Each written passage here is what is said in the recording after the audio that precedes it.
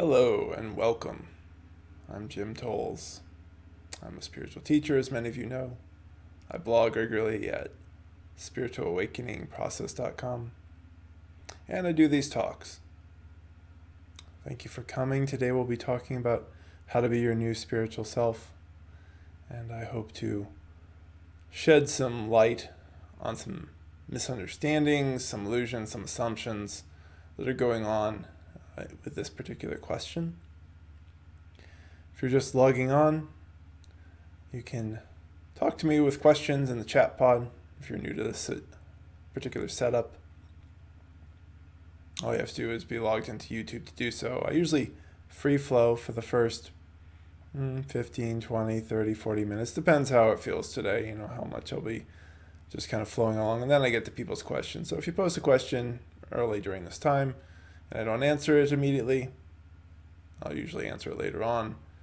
In general, I speak intuitively and I answer intuitively, and sometimes I have something to share and sometimes I don't. And I don't really control that. I just try to honor that divine within all of us so that the highest good is pursued and offered. Down below, there's a bunch of links, different blog posts that you may want to check out after this talk.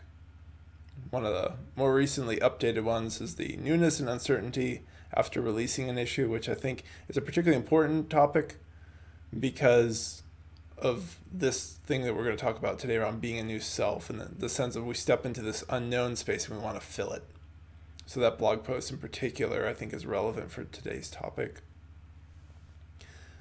As people log on, if you feel like sharing what country you're living in or state or city, feel free to do so. It's always fun to see where people are at. And of course, you don't have to.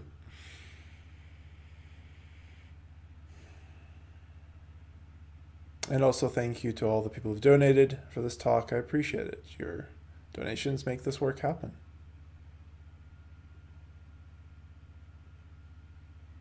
How to be your new spiritual self. Well, what does this question really mean? What do we mean by spiritual? A lot of times we assume that we know what the words we're using mean, but when we start to really inquire into words like spiritual or God and many others, we start to realize that we don't really know what we're saying. We're using words that don't really mean anything to us or have just sort of a vague understanding. So when we start to approach a topic like this, we want to start to look at some of these assumptions as like, what have I just said, to be a spiritual self? What are my assumptions around this term? And how am I applying it to myself and to others? You can hear a lot of different things be said, everything is spiritual. You'll hear someone say that.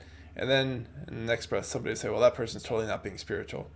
And clearly we have two different definitions of the term spiritual. And that really leads us to questions like, well, what are we talking about here? I can offer different thoughts around spirituality simply being the acknowledgement that we are all one.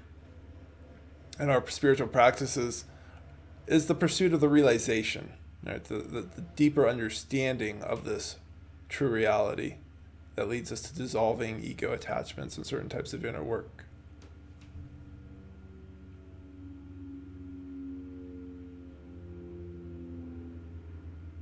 So, that's my definition, but I encourage you to investigate your definition of what is spiritual,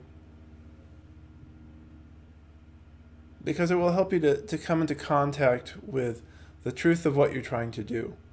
And that's really an essential piece of understanding ourselves, is what are we really trying to do with the different questions and different ideas, different practices. And a lot of times we don't really understand what our goals are, what we're actually aspiring towards, even when we think we have clear goals. Somebody could tell me you're interested in spiritual freedom, but are you really? Is that really what's going on, or is it something else? So again and again on this spiritual path, we learn to look within ourselves and to kind of question the basic assumptions that we're moving with.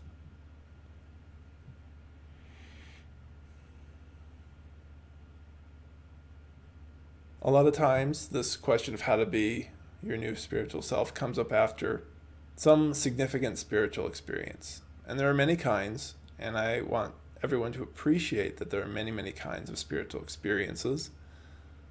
Some are these kind of brief little glimpses of a deeper level of love that we didn't know existed. We can have a glimpse of some depth of peacefulness within ourselves, a sense of a loss of desire. We can feel at one with all of life. And there are all these different types of experiences that are going to inform this particular question. And that makes it incredibly unique for each person. And sometimes people don't even have any particular experience that ignites it. Maybe it's the healing path. The healing path is a little bit different because a person is drawn towards the spiritual path to seek healing, to resolve pain, and to let that sort of stuff go. And so then the idea of being a new spiritual self in this context is really not about becoming something different. It's about being whole, being free of pain. And free of pain is often confused with being free of suffering.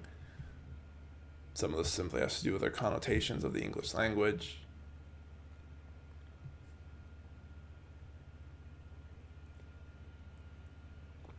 The path to spiritual freedom and being free of ego suffering is basically being free of our reactions to life. If we see something that agrees with our ego, then we enjoy it, right? And that's a reaction, and we have a bunch of beliefs and attachments that go with that. And if something that happens that we don't like, we stub our toes, we get sick, then we have a reaction, and we suffer because we don't like what's happened. We don't like having stubbed our toes or feeling sick.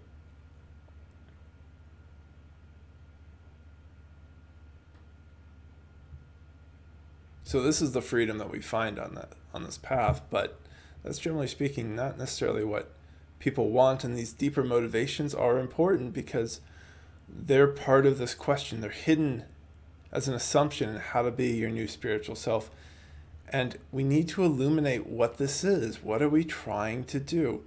I recently also updated another post called What is the Spiritual Path, which you can read about later at my blog, spiritualawakeningprocess.com.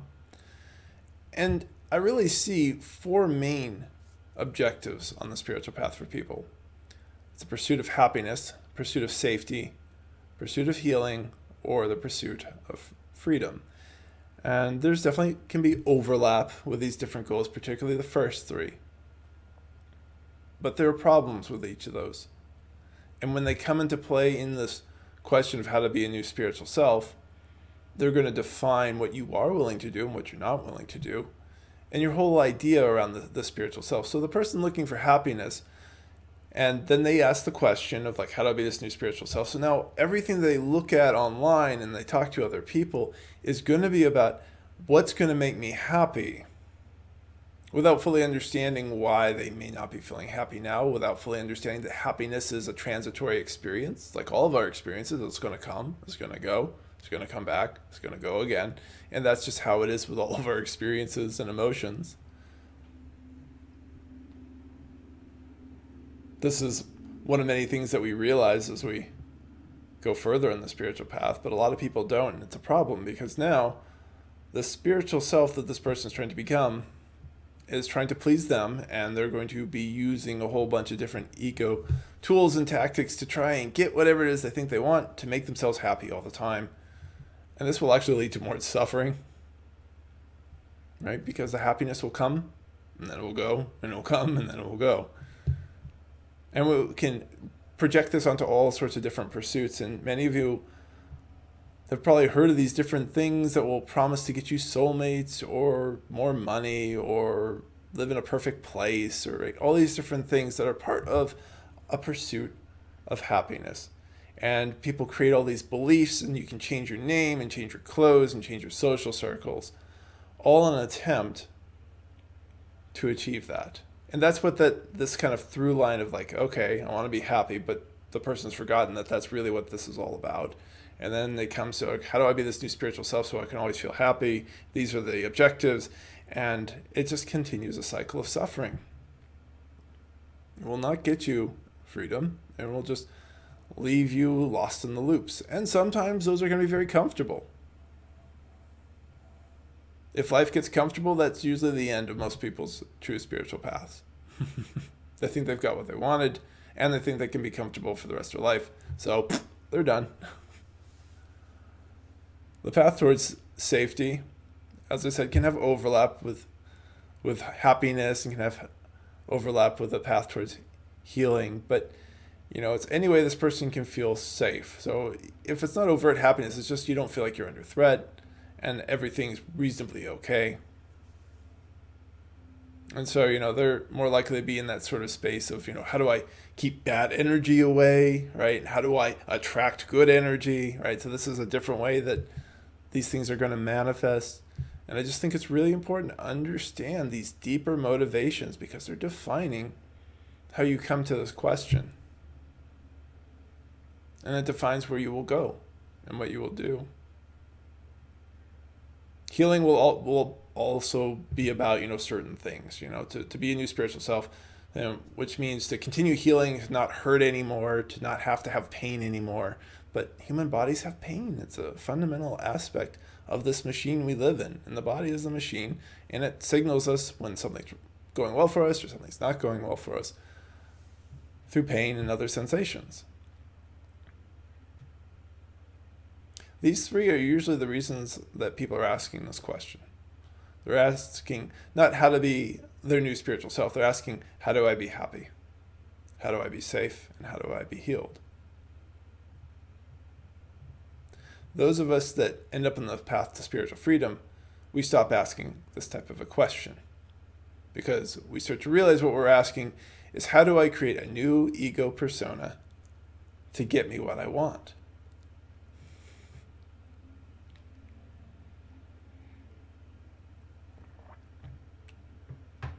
And if you're on the path to spiritual freedom, you start to realize, well, ego is actually the center of suffering. So if I just go from this one type of ego to another type of ego, I'm going to continue to suffer.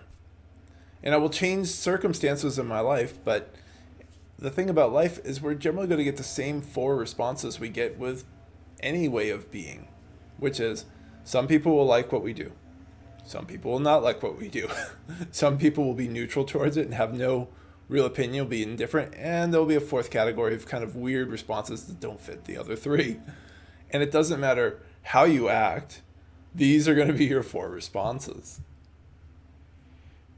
Furthermore, on the path to spiritual freedom, we start to look for these things that I'm pointing towards, these deeper motivations of what am I actually trying to do? And we start to expose deeper ego insecurities. Right, so there are other things going on in terms of like these deeper fears of pain, of dying, of not getting certain desires. Like all these types of things can get hidden in this question of how to be a new spiritual self. And so long as they're there, they're going to make any way of acting much more difficult because you'll be able to do this, but not that. You can do this, but not that. Right? There's a whole list of things of where you can go and where you can't go with these deeper ego motivations. If we think there's a right or wrong way of behaving, right, that right or wrong thing is being applied in all sorts of different situations in ways we may not be fully cognizant of. We don't necessarily know all the ways that we're judging things, and we're not seeing some things because it doesn't look like something we want, and we're going towards other things that do look like things that we want, and we don't understand these wants and these desires. This question is an invitation to go deeper because it typically comes when we've just peeled a layer of ego off, but we haven't gotten rid of the whole thing. And it's so important to understand that for most people, even if you've had a really big spiritual shift of some kind, you've only peeled off a layer or 2 of the ego. It's like taking wallpaper off of a prison cell wall. As you peel those wallpapers and you're like, oh wow, I can see more of what's here, the tendency is we start to get scared. We start to say, ooh, whoa, wait, this is uncomfortable. Now what do I do? What do I look at, if I don't have the zebras on the wallpaper? And it's very easy with these deeper fears and desires to re-wallpaper the prison cell. Say, okay, we're going to put unicorns and rainbows up on all my different walls, and now this is better somehow. But it's not, because you're still in a prison. You've just changed the rules in coloring slightly. And this happens all the time. And then you'll have to defend this, of course, right? You'll have to defend this. This is who I am to your spouse, to your parents, to your kids, to your friends, to your coworkers, right?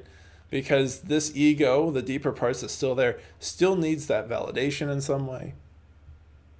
Or you'll make big changes that don't necessarily have to be made, jump to huge conclusions like things aren't important. In the space of oneness, everything is. One's not better or lesser, but the ego will make some things better or lesser. So like, well, money's not important, or I need to live in a better place. I mean, just all this stuff gets so convoluted when we don't go deeper, when we don't deal with the walls of the prison cell. But dealing with those walls gets tough.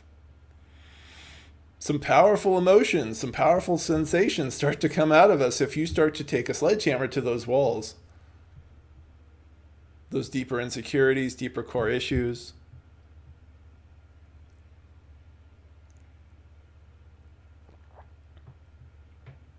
And wherever you are on your path, you may have bashed through a few walls and then you're still kind of in the prison cell block. Right? You get through a certain set of issues and you start to realize how complicated and attached we are as human beings. The present moment is so simple and we keep getting invited back to the simplicity of it, and it's so beautiful. And yet we keep trying to recomplicate. And so there's this way that how to be the new spiritual self is also an attempt to recomplicate again. As we're masking deeper issues, we're trying to get things that we may not fully realize we're trying to get. Now we're trying to create a complicated system where all these things are satisfied. Right? The wolves, the fears and desires are kind of kept at bay. And we're inviting in the other stuff and the fun things, beach parties, whatever metaphor we want. The things that we want, we're inviting those fun things in, and we're just trying to pull and push and get it all in control. Even when people think they're kind of out of control and not doing anything, there's a certain kind of subtle control in that. Of trying to get what we want through different behaviors and avoid the things that we don't. To actively invite all of life in is a big thing, and it's not usually what people want, and it's not usually part of this question of being a new self.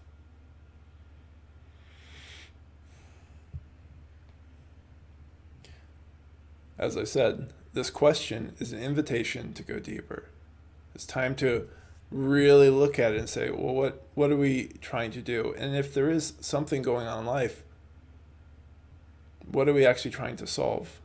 We probably don't need a whole new set of ego beliefs to deal with a situation like a tax collector or something. Right? You don't really have to be a person. You just be in the moment. And you start to deal with these things as they come up. And that's part of honoring life. There's another problem that happens too in this question is people try to start to negate parts of life as unconscious, unspiritual. As I mentioned before, this whole question of what does spiritual even mean to us is an important one to investigate for ourselves. Because a lot of times we're just using this as an excuse to say, this is just something I don't want to deal with, and it triggers my scarcity fears. That's what a lot of people are really saying when the tax collector is knocking on the door. Or emailing, as the case may be. So I talk about this endlessly, but honesty, self-honesty, is vital. We have to be honest about what are we doing? What are we trying to achieve? Where are these questions coming from? If we don't, we will perpetuate old cycles. Deep core issues don't go away. They just don't unless we really look for them. Every now and then we'll have a couple issues dissolve in some beautiful spiritual moment that just don't come back. But those are the ones that we're usually least attached to. What we end up left with are the stuff that we're most attached to. And it makes sense, right?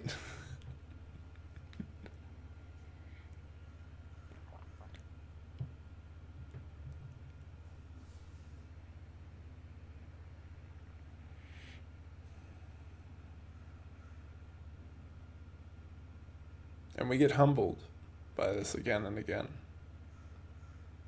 We're not taking an easy way out. Any of my longtime students know this about me, that we're not taking the easy way out. But when we are sincere, amazing realizations come. An amazing sense of inner stability is discovered. And truly, presence is the stability beyond stability. Right? That's that space of awareness that simply observes inside us, that I'm always pointing back towards, as many spiritual teachers are always pointing you back towards. It's like, just come back to awareness. But there is a kind of stability that comes as we let go of these fears and desires, because fears and desires are agitating. They don't want us to just be where we are. They want to move us in different ways. And this isn't like when we're just kind of lazy or anything like that, right? So there's a quality of ease and flexibility too with a stability, that it can move to action or it can come to rest, and it's not being driven, not being compelled by these deeper issues that are inside, these deeper attachments.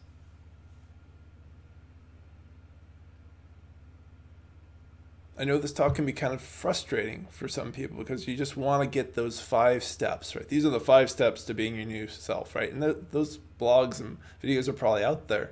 And you can try those things and see what happens. See if you're really at peace or if you're trying to hold it all together. See if people are still cutting you off in traffic.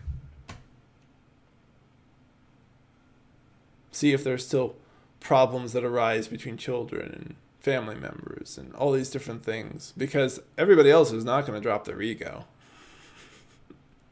That's not happening.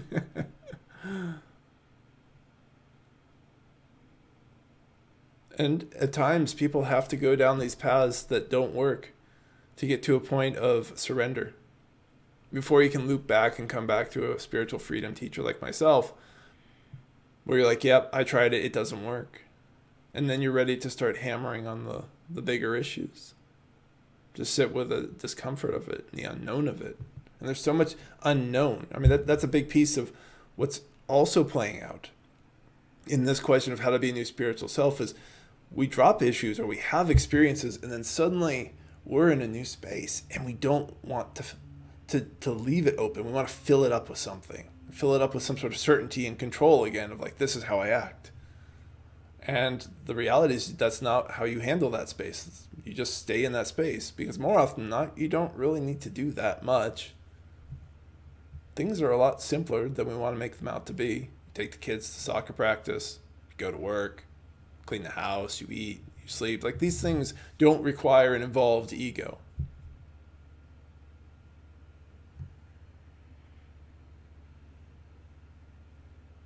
We just keep coming back to awareness, and the intelligence within all of you will kind of move things at different times. We'll say, okay, it's time to do this. It's time to do that. We start to get out of the way. We can feel into whatever is actually necessary. And there's a real pragmatism that seems to arise the more we're just here now.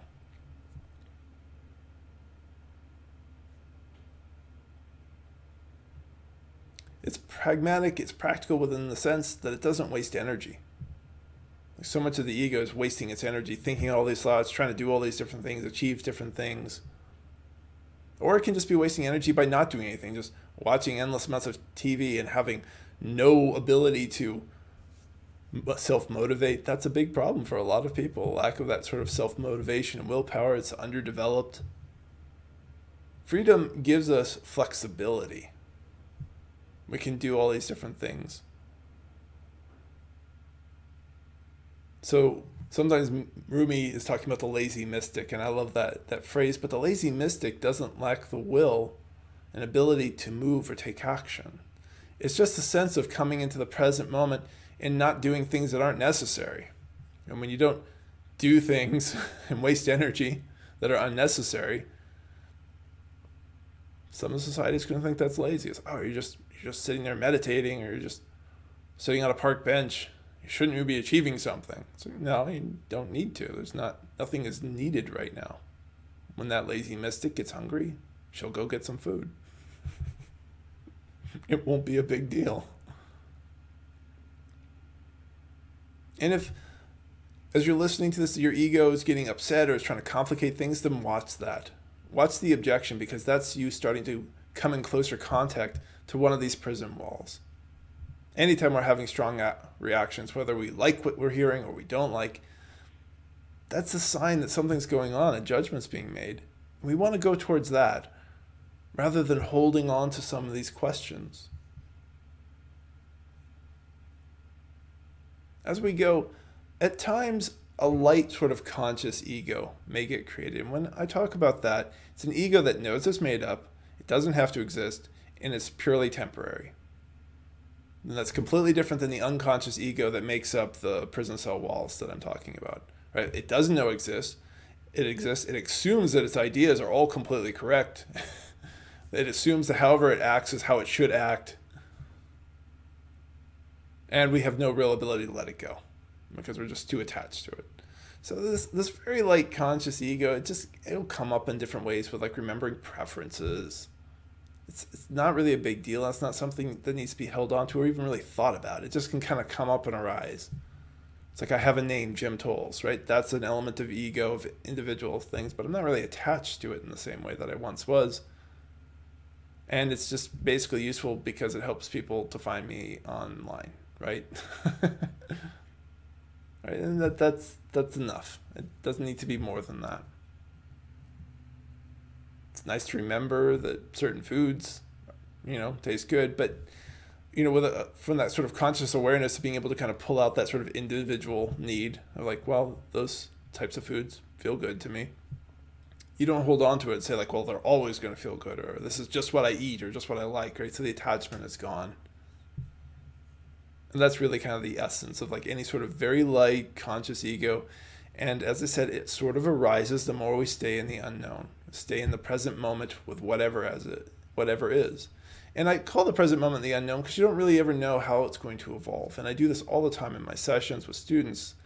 And the ones who really embrace that, we really go pretty far together because we let each session be completely unknown. It's like whatever it is what it is. So here it is. And then you know what happens? A lot of really amazing insights come. The worst sessions are always the ones where somebody's trying to control it or they're not taking the direction to go within. And then we wander off and have to pull them back, and they wander off and then pull them back. And it's amazing how much we'll run away from the present moment.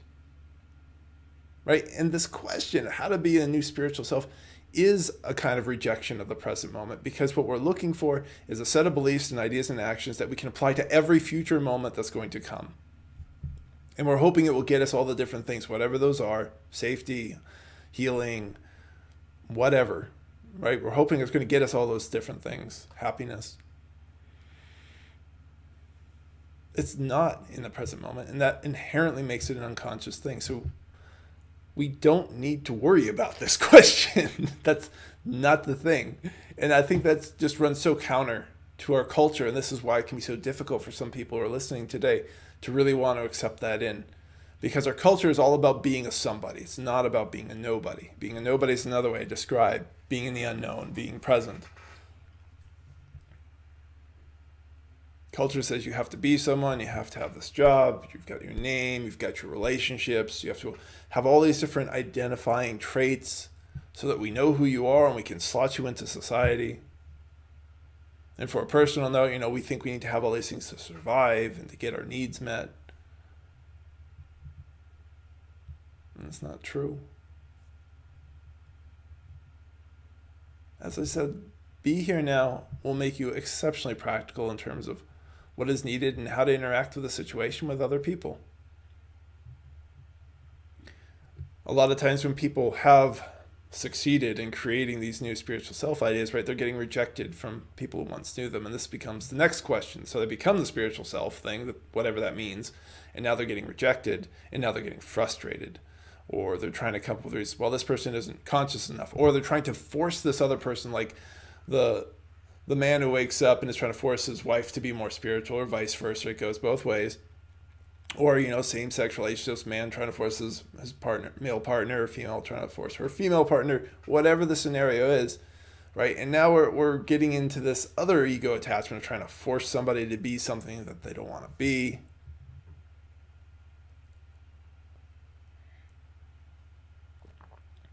And how conscious is that really if we're trying to impose our ideas in that way on somebody else? The more conscious thing is you start to understand where somebody is, you're honest, you're open, and you share what they're ready to connect with. I mean, how much more loving is that than trying to get somebody to be spiritual like you?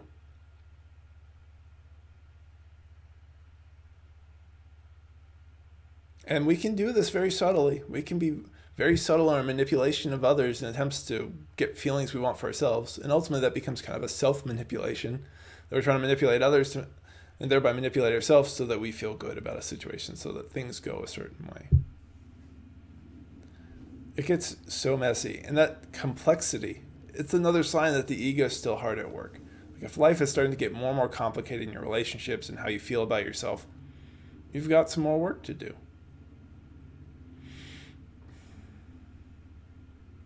I think that's a good place to pause in this conversation, start answering some questions. So if people have just logged on, I'm Jim Tolles, and we're talking about going beneath the mask of this question of how to be a new spiritual self. If you want to ask questions, you can direct them to me. Please keep them questions and comments directed to me, because it's a small space and I don't want to miss stuff.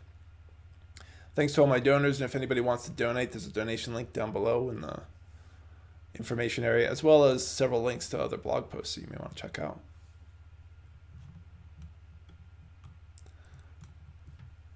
So this is Raj from Davis, California.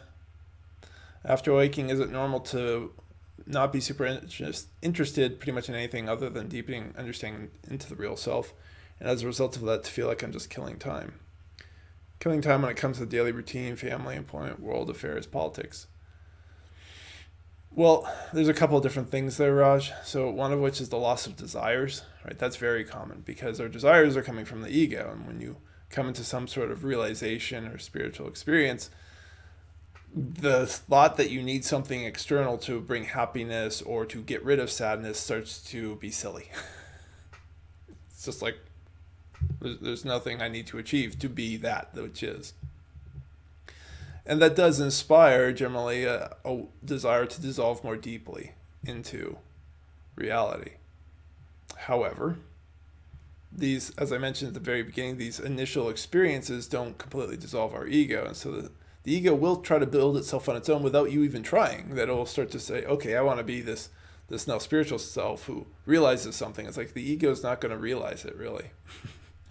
It's going to be dissolved into reality. It's a useful sort of conscious ego that's kind of temporary. This one's particularly temporary because there are certain ways that we take action to develop, and this is something we have to honor on the spiritual path, that we have a certain quality of development that arises through inner work and through the types of connections we make with spiritual teachers, spiritual communities. And it's ironically just bringing us back to be here now.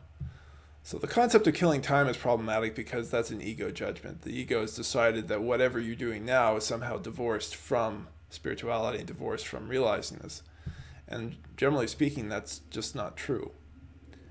Initially, this kind of separation between this is spiritual, this is not, can be useful in terms of like focusing ourselves towards the truth.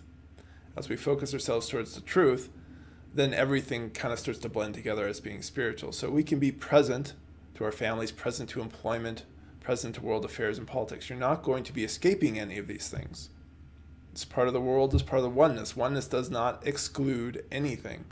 So politics, world affairs, employment, family, daily routine, that's not excluded. It's all included. And we're going to be dissolving more and more of the ego self that wants to exclude anything. So I hope that helps. So from BV the Sage, I'm feeling a lack of motivation after awakening. Looks like the loss of desire is our theme today, huh? Before awakening, I was motivated to find a better job for myself, but now I'm thinking even that new job wouldn't truly satisfy me. So I decided to stay put and work on my daily routine and just increase in the quality at which I do basic things. I feel lost like a leaf floating in the wind, not knowing where to go. Following up, I want to know if after waking, if we don't resolve the ego patterns, then is it possible to go backwards into pre-awakened state for which another awakening is needed? You could definitely go more unconscious. And are there many awakenings that happen along the path, or is there only one occurrence? And this goes back to defining our terms. Like, what do we mean by awakening? And that's up for you to decide. I usually split awakening from spiritual openings. So I think people have many spiritual openings. Opening can be experience of God, experience of truth, love, these types of things where we start to realize that the ego self and our ideas were not true. But with the opening, there's not this sort of continued energy. When I talk about awakening, I'm talking about something shifts and there's continued energy that starts to move you without you doing anything. So you could be sitting, meditating, or eating, and the energy is still moving you, and it has nothing to do with what you do.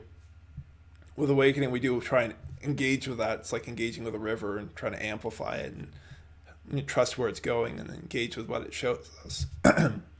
But it's not something that's controlled. When we just have an opening, we have to do a lot more dedicated work. Otherwise, we'll just stay in our usual patterns. If we don't resolve the ego patterns, they come back. We can become more unconscious.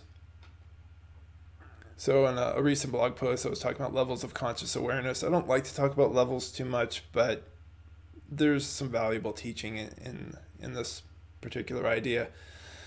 Because, to go backwards on consciousness is to become more self-involved, less aware of how we're interacting with life, less aware of truth in general. If you get into drinking lots of alcohol again after awakening, right, that would be making yourself more unconscious.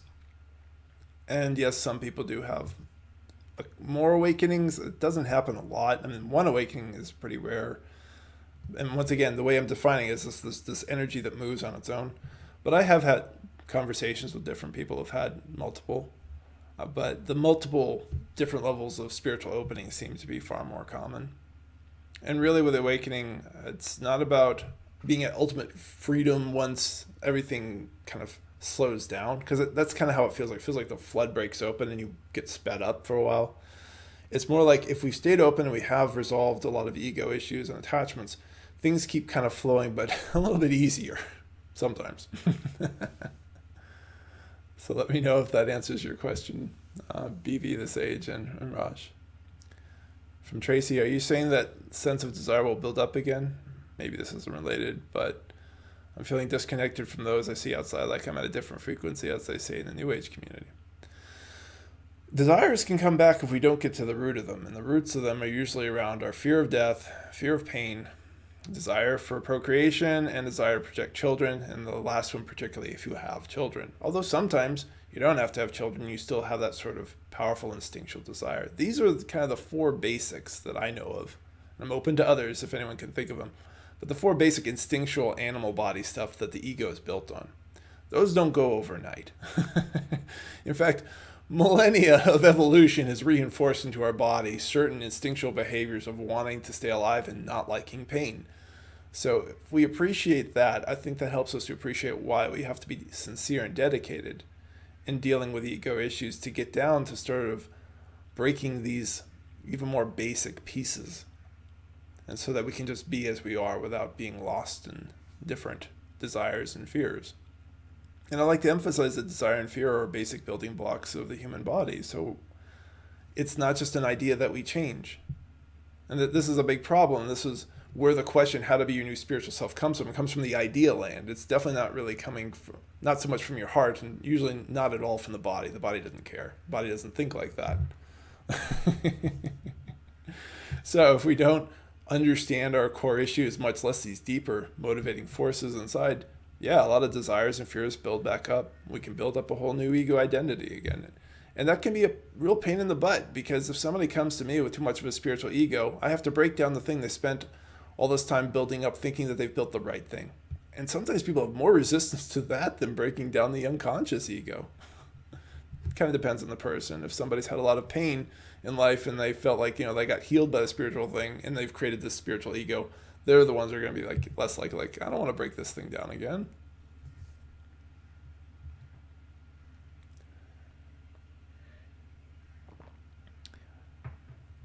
In regards to feeling disconnected, I would point you towards this kind of sense where we start to feel unattached, and that can feel different. So feeling unattached, when we're so used to feeling so attached, and that's the basis of relationships and how we interact with the outside world, is a new experience. And I stay away from talking about being at different frequencies or anything like that, because we can start to play into another ego identity of we're better than somebody. Just people are people, and the space of oneness, we're learning to let go of our ego and our judgments of others, just be with them as they are. And then if, somebody is unconscious and threatening to rob a bank, right, in the moment, we know how to interact with that. We appreciate that this is where this person is. We don't build them up. We don't build them down. We don't pity them. We say this is the reality of what's happening. Same way that if we see somebody helping a child, who fell down, we learn to interact in that situation differently because you can see what's actually going on. And that's central to this work, is as we let go of our ideas of ourselves, we're going to see reality more and more as is. And that just makes it easier to interact with it. If we build up some new idea of ourselves, that's going to inhibit your ability to react and deal with reality. Let me know if that was helpful, Tracy. Welcome to other people who are joining. What other questions do people have today?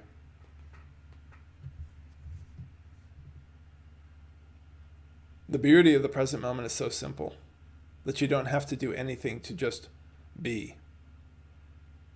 You have to do a lot of things to be an ego, to be a new spiritual self.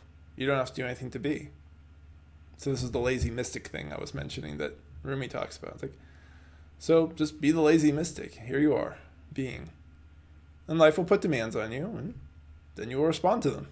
Right? You don't reject the demands of life. We'll just go with hunger being one of the most basic ones. You're welcome, Tracy and BV. So hunger comes, we accept and embrace it, and we go get food.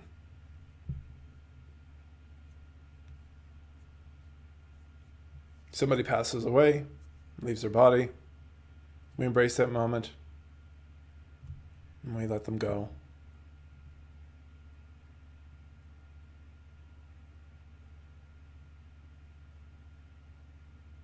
Everything just gets clearer the more we're here in the present moment.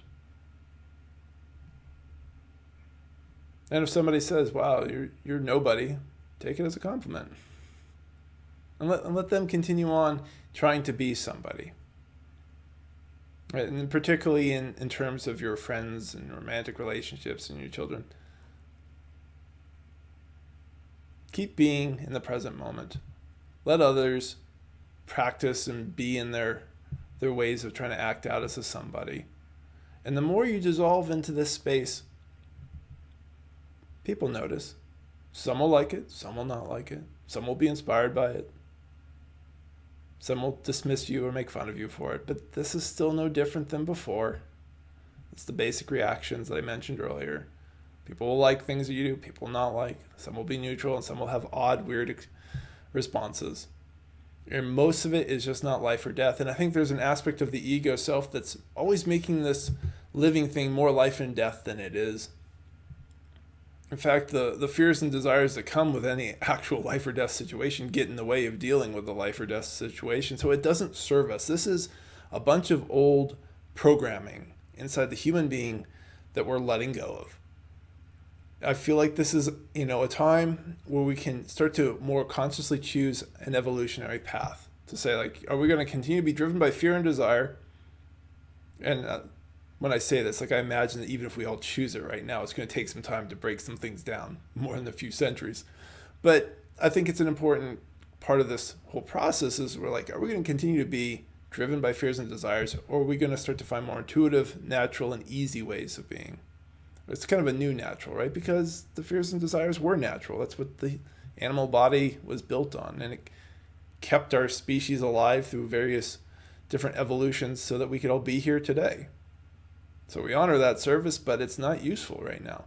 It's like having training wheels on a bike if you're, a professional racer going through the Tour de France. It's like, it just doesn't make sense anymore. And that's a lot of these deeper issues. They just don't make sense anymore. And we're not going to pander to them. We're going to find them, and we're going to let them go. And this question, how to be a new spiritual self, by and large, is a pandering to them, unfortunately.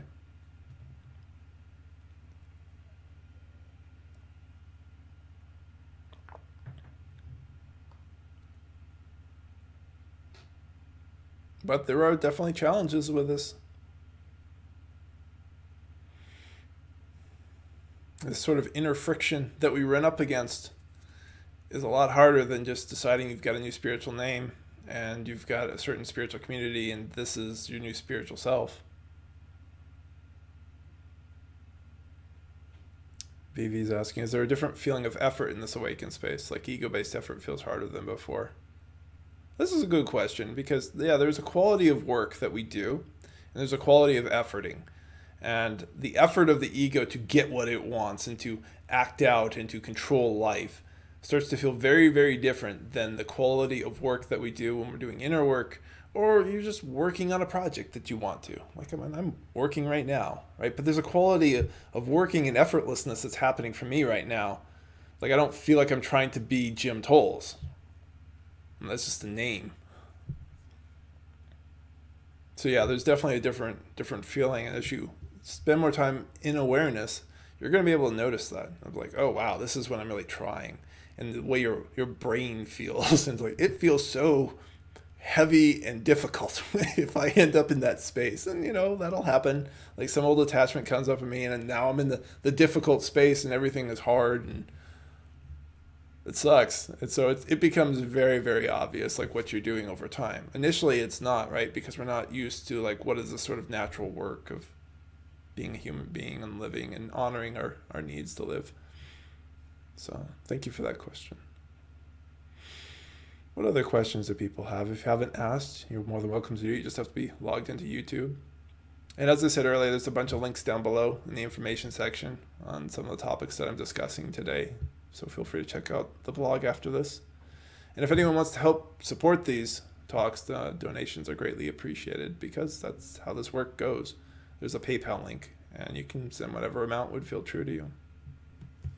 And these talks are always free, by the way. So if you can't donate, don't worry about it. All right, other people have supported this talk so that I can support you.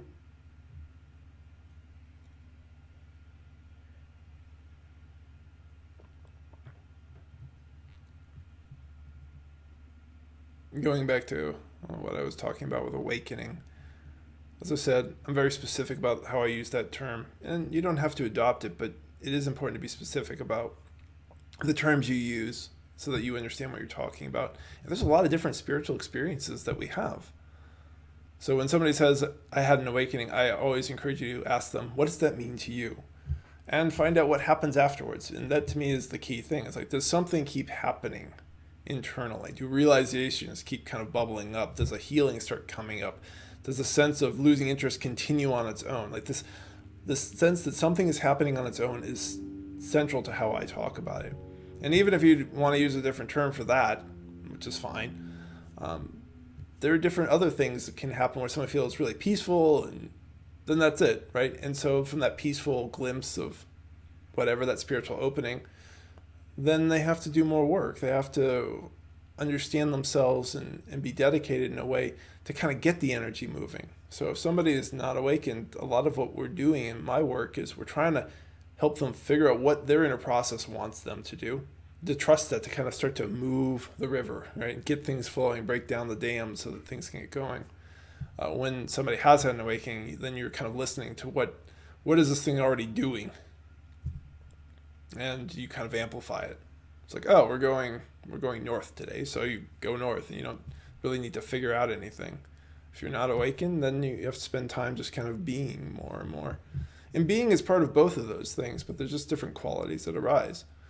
And this all comes from being in the present moment with somebody, that you don't impose beliefs on another person in this work, really, right? You're helping kind of remove things. Anything that I say today should be understood as a tool that offers removal, not something that you hold on to. You don't hold on to the ideas that I'm offering. It's like a wrecking ball. Like, once you've wrecked the thing, like, then you don't keep it around. And that, I think, is a fundamental difference between like how some people probably even came to this talk today, this whole how to be your new spiritual self. It's like, how do I create a building that I can live in and stay in? Versus what I'm talking in the work of spiritual freedom is we're bringing in wrecking balls to break stuff down. And then when that stuff is broken down, we get rid of it. So nothing is kept, and there's just spaciousness. And what happens if we've cleared space in a field, right? All sorts of things can start to grow naturally in our gardens. It's really beautiful. And it'll grow for a time, and then it will die. And so there's that sort of natural metaphor that I love to come back to appreciate. Oh yeah, this thing is growing inside, this desire to speak. But it's a different desire, right? So going to kind of continue on with what Vivi was asking about difference in efforts, like the difference in something that's kind of a natural urge to like speak or to share. When we've really investigated ourselves, and we'll know what that is. And it's different than the desire that needs to be heard or to be validated or to get other people's whatever we're trying to get, or to get to safety in some sort of different way. We're going to still take a lot of the same actions, pre-awakening and after awakening, or on the path to spiritual freedom in general. But how they arise inside us is so different. And it's something that you simply have to come in contact within yourself to understand. I can only point to it as being a reality.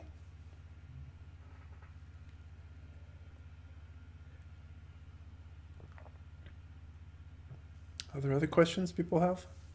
Coming towards our last 10 minutes or so together.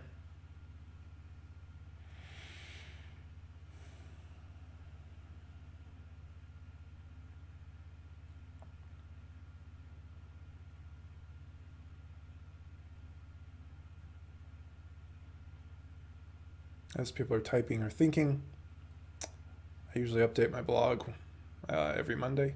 So you can always check over at spiritualawakeningprocess.com for the latest there. Not that the latest matters, it's spirituality.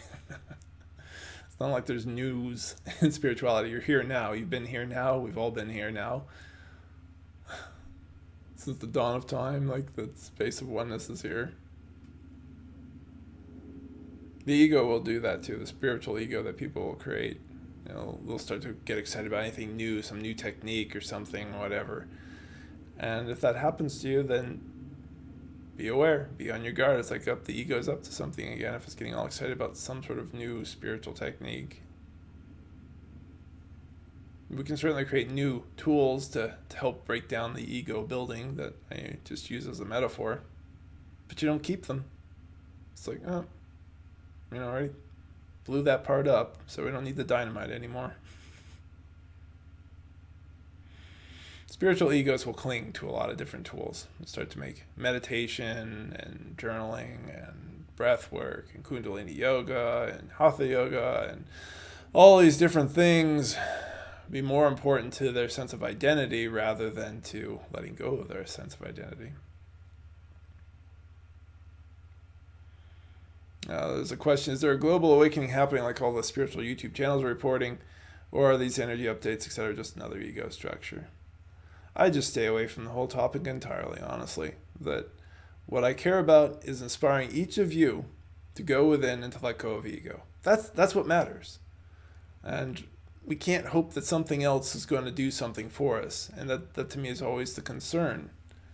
If billions of us all decide to go within and dissolve the ego, then there will be a global awakening. If billions of us decide not to go within and dissolve the ego, then there will not be any sort of awakening. We'll just continue on in the cycles of pain and suffering that we've been continuing on in. And unfortunately, we have greater tools of mass destruction at our disposal, where technology lets fewer and fewer people cause greater and greater damage. So I think what's more important is emphasizing the urgency to all of you. The urgency of this work, because we're getting too powerful. We can do things to each other that is just beyond the pale.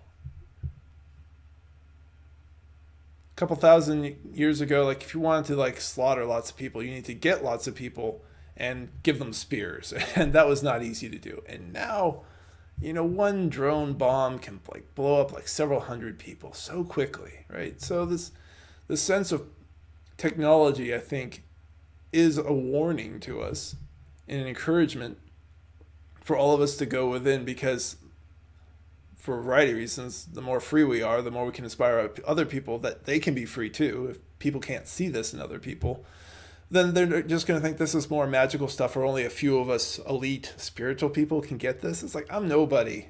Seriously, I'm nobody. All of you have the same ability to recognize the truth inside yourself and to dissolve deeper into freedom as I do. You all do. And that's the truth of it. And we can't wait. So from Meiju, and I apologize if I said your name wrong, thanks for the talk. My question would be, it feels difficult to build life again after having deep spiritual experiences. What kind of attitude should... Is there more question coming?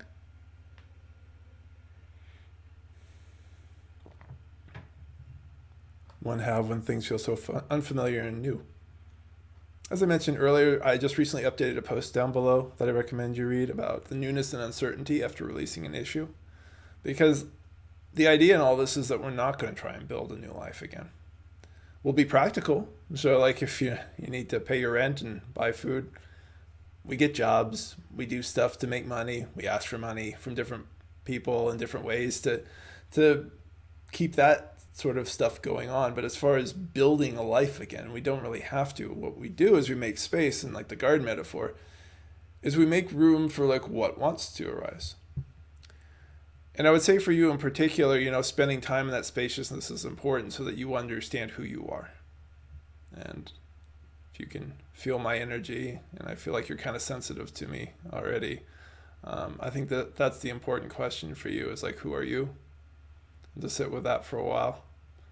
And I think that will guide you where you need to go.